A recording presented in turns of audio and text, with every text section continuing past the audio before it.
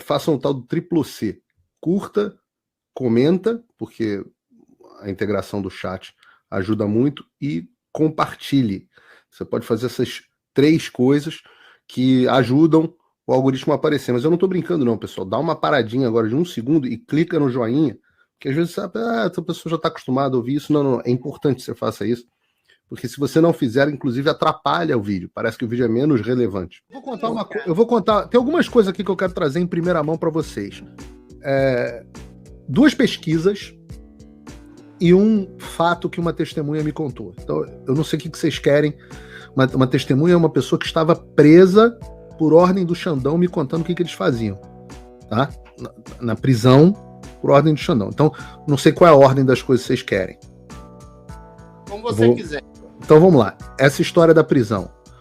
Eu não vou dizer quem foi a pessoa, mas uma pessoa presa por ordem do Xandão, tá? Esse cara, depois de 6 meses preso, o Xandão mandou soltar. Foi preso lá naquela história de vacina, etc. O sujeito não conseguiu ser solto porque não constava em nenhum lugar que ele havia sido preso. Sim. Não constava no, sei lá, acho que é no CNJ, sei lá, no sistema da Justiça Federal que ele estava preso. E aí, pra ele desaparecer num porão é daqui pra ali, né? Mas é alguma gulag, cara. O cara não foi preso pelo Estado brasileiro. Cara, jogaram ele na cadeia por causa de um papel que o Xandão assinou. Cara, meu irmão, isso, o Stalin tá olhando e falando assim, porra, meu irmão, o maluco é brabo.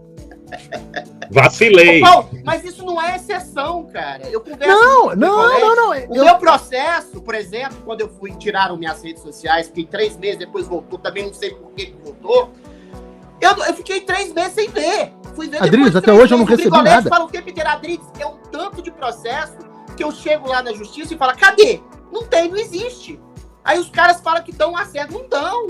Isso é coisa de burocracia e ditadura. O cara é acusado, não se sabe do que, é preso, não se sabe do que, é desmonetizado, não se sabe por quê, é censurado, não se sabe por quê.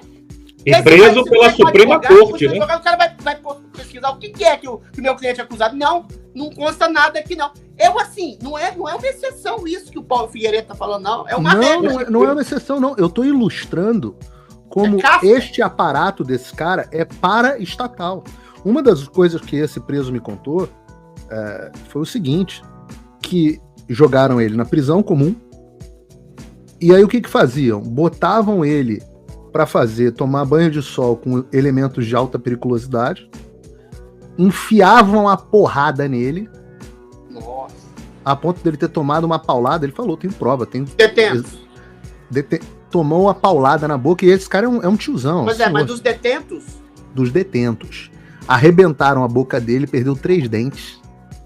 E aí, no mesmo dia, a Polícia Federal chamava ele para depor e falava assim, chato que você tá passando, hein?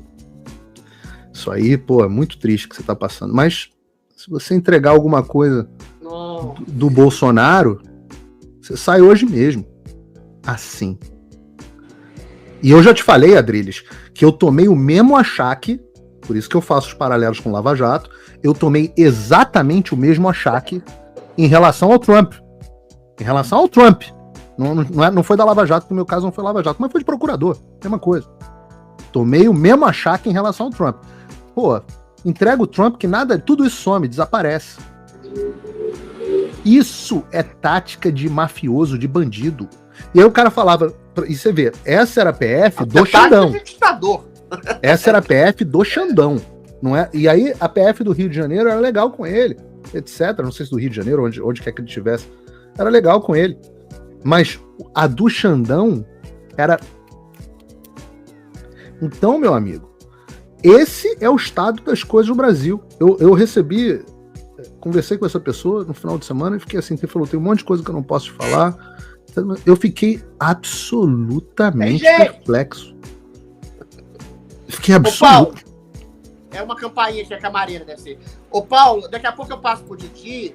Isso que você tá falando parece uma coisa também recôndita e escondida Não é, porque a gente viu agora, por exemplo, uma fala abjeta, eu acho que satânica, tá? É a coisa mais perversa que eu vi, da Rosa Weber dizendo que as detentas, aliás, da colmeia, aplaudiram de pé o Alexandre de Moraes, que se comoviam com a presença dele. Eu falei, gente, isso é absurdo. Aí foi lá, a Cristina Grêmio fez uma matéria lá, colheu depoimentos dessas detentas e falaram, gente, o Alexandre de Moraes apareceu realmente aqui com a Rosa Weber, com pessoas da polícia, com metralhadoras apontadas para nós. Teve gente que urinava na calça, teve gente que se prostrou de joelhos, teve uma mulher que falou, em nome de Deus, eu até rezo pelo senhor, que eu rezo pelos meus algozes. Ou seja, agora você, por ignorância, ou por cálculo, ou por má fé, estabelecer que o seu carrasco está sendo aplaudido por você, que você aplaude o seu carrasco, que você puxa o saco do seu carrasco, que você se coloca à mercê do seu carrasco, é de uma crueldade. Isso eu acho que nem ditador faz um negócio desse. Quer dizer, faz, né? É o comunista que obriga o cara a obedecê-lo e a dizer o mantra da mentira que aquele comunista quer que você diga. O Theodor Dalrymple falava isso, né? Quando você tem uma ditadura, o pior elemento de uma ditadura é quando você obriga as pessoas a mentirem, a se castrarem, a castrarem a própria liberdade, a serem torturados e coadunarem com a tortura e coadunarem com a imposição tirânica da tortura que se coloca em cima deles. Então, isso é um princípio satânico. Ver a Rosa Weber dizendo aquilo aos risos, a doçura, eu achava que era ignorância. Ou é ignorância, e aquilo que o Santo Agostinho fala, se não me engano é o Santo Agostinho, que para você exercer o bem, você tem que perceber a realidade, então você acaba exercendo o mal numa realidade que você deturpa enquanto juiz, aí é o mal absoluto. Ou então sadismo. Sadismo de achar que uma pessoa que é presa indevidamente, sem ter cometido nenhum crime, como foi o caso dessa senhora que simplesmente entrou dentro do Congresso Nacional de 54 anos, foi condenada a 17 anos de cadeia, e você obrigar essa pessoa a aplaudir você, que é o carrasco dessa pessoa, isso é um mal encarnado e absoluto e total. Isso não é uma coisa secreta. Foi colocada para todo mundo ver. Agora, a reportagem da Cristina Grêmio só corre a boca miúda na internet, né? Na UF, na Gazeta, no Fio Diário. E aqui, eu vou até mandar vou até mandar uma mensagem aqui para Cris pedindo a ela essa reportagem que eu quero republicar no meu Locals. Sim. Tem um áudio, inclusive, do detento. Eu transmiti esse áudio na minha live, coloquei o áudio. Realmente é de cortar o coração, né? É pior do que a síndrome de Estocolmo, né, cara? Onde você se apaixona pelo seu sequestrador. Aquilo ali, não. Aquilo ali, as pessoas foram submetidas a adorar o Deus Todo-Poderoso do Brasil na mira do fuzil, né? Ou você faz, ou o que é que poderia acontecer, né? Eu quero só dizer também que meu caso está igualzinho de vocês dois. Meus advogados não têm acesso ao processo, não sei o que de fato eu sou acusado. Eles já tentaram mexer os pauzinhos dele, mas ninguém sabe do que é acusado. E basta lembrar também o caso do Alan Frutuoso, né? Que foi sair do Brasil, foi para a Argentina com os filhos, quando chegou no aeroporto, tinha um mandado de prisão para ele. Então dizem que existe a blacklist, né? A lista negra, que muito provavelmente muitas pessoas que não têm a menor noção de que isso esteja acontecendo poderão passar pelo mesmo que passou o Alan, né? Ser preso de surpresa assim, de supetão. Inclusive, no caso dele, parece que o mandato já tinha sido expedido meses antes. E eu já ouvi as duas histórias, hein? Eu já ouvi que o mandado de prisão tinha sido emitido meses antes, e a história que eu ouvi, que me pareceu mais fidedigna, é que foi emitido um mandado retroativo com data de meses antes. Porque olha que interessante a história. Tá? Olha que interessante a história. Ele chegou no aeroporto, foi detido pela Polícia Federal. Esses são fatos, né? Ele chegou, foi detido pela Polícia Federal, e a Polícia Federal não disse a razão pelo qual ele estava sendo detido. Tô falando do Alan Frutuoso. Não disse a razão. Aí ele fez live, etc., porque ele não estava preso, né? E eu acho engraçado que, se vocês acompanharem o que se chama aqui de Miranda Rights nos Estados Unidos, tem esse nome, que é aquilo que o policial fala no filme para as pessoas, né? Adrilho Jorge, você está preso pela morte do Odete Reutemann.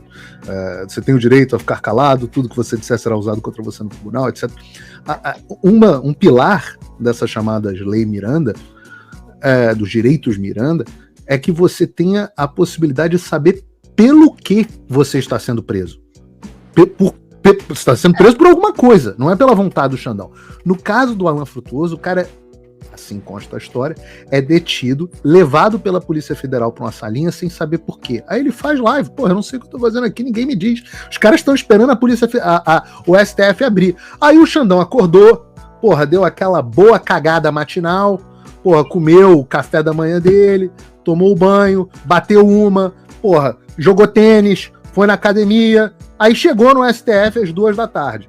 Aí quando chegou no STF às 2 da tarde, tinha um cara da Polícia Federal ligando pra ele, falando assim, ó, eu tô aqui com um cara que você mandou segurar, o Alan Frutuoso. Aí, pois não, tá aqui o mandado de prisão pra ele com data retroativa. E por que faz sentido essa história?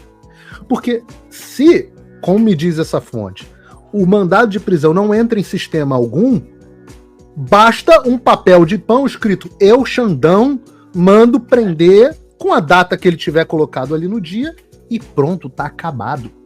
E não é possível, não importa se você é de esquerda, direita, se você gosta do Alan Frutuoso, eu nunca nem tinha ouvido falar desse cara.